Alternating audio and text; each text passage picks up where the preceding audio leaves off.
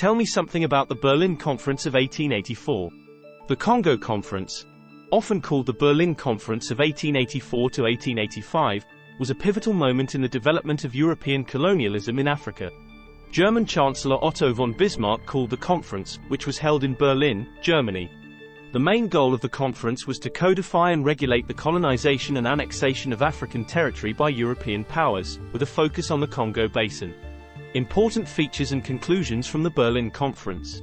Context: European nations were vying for foreign colonies by the late 19th century in an effort to establish domination, increase access to resources, and broaden their markets. Africa became the center of imperial ambitions because of its massive and mostly uncharted territory. Objectives: The Berlin Conference's primary goals were to create rules for colonial acquisition and to avoid hostilities between European nations over African lands. In building their empires, the European nations aimed to prevent direct conflicts and wars amongst themselves. Participants in the conference included delegates from 14 European countries, including Belgium, Portugal, Italy, France, Britain, and Germany, all of whom were significant colonial powers. As spectators were the United States and the Ottoman Empire.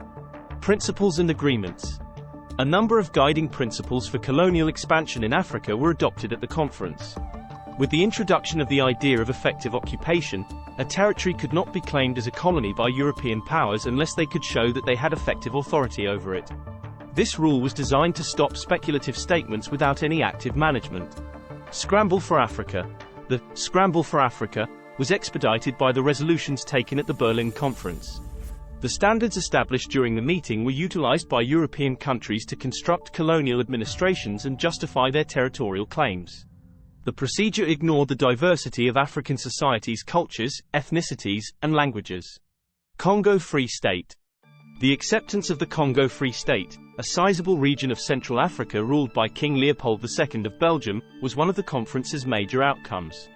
Under Leopold's leadership, the Congo's indigenous population was brutally treated and exploited, which sparked worldwide outrage and changes.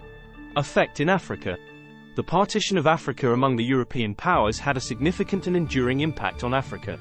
Existing tribal or ethnic boundaries were frequently ignored while drawing borders at this time, which resulted in tensions and conflicts in the post-colonial era. Severe social, economic, and cultural repercussions followed the exploitation of Africa's natural riches. Legacy.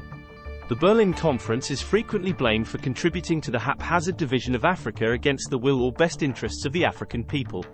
The meeting laid the groundwork for decades of colonization, exploitation, and ultimately, in the middle of the 20th century, fights for independence by Europeans.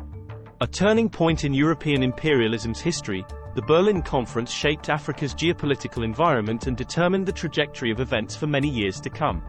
Thanks for watching. Please like, share and subscribe for content like this.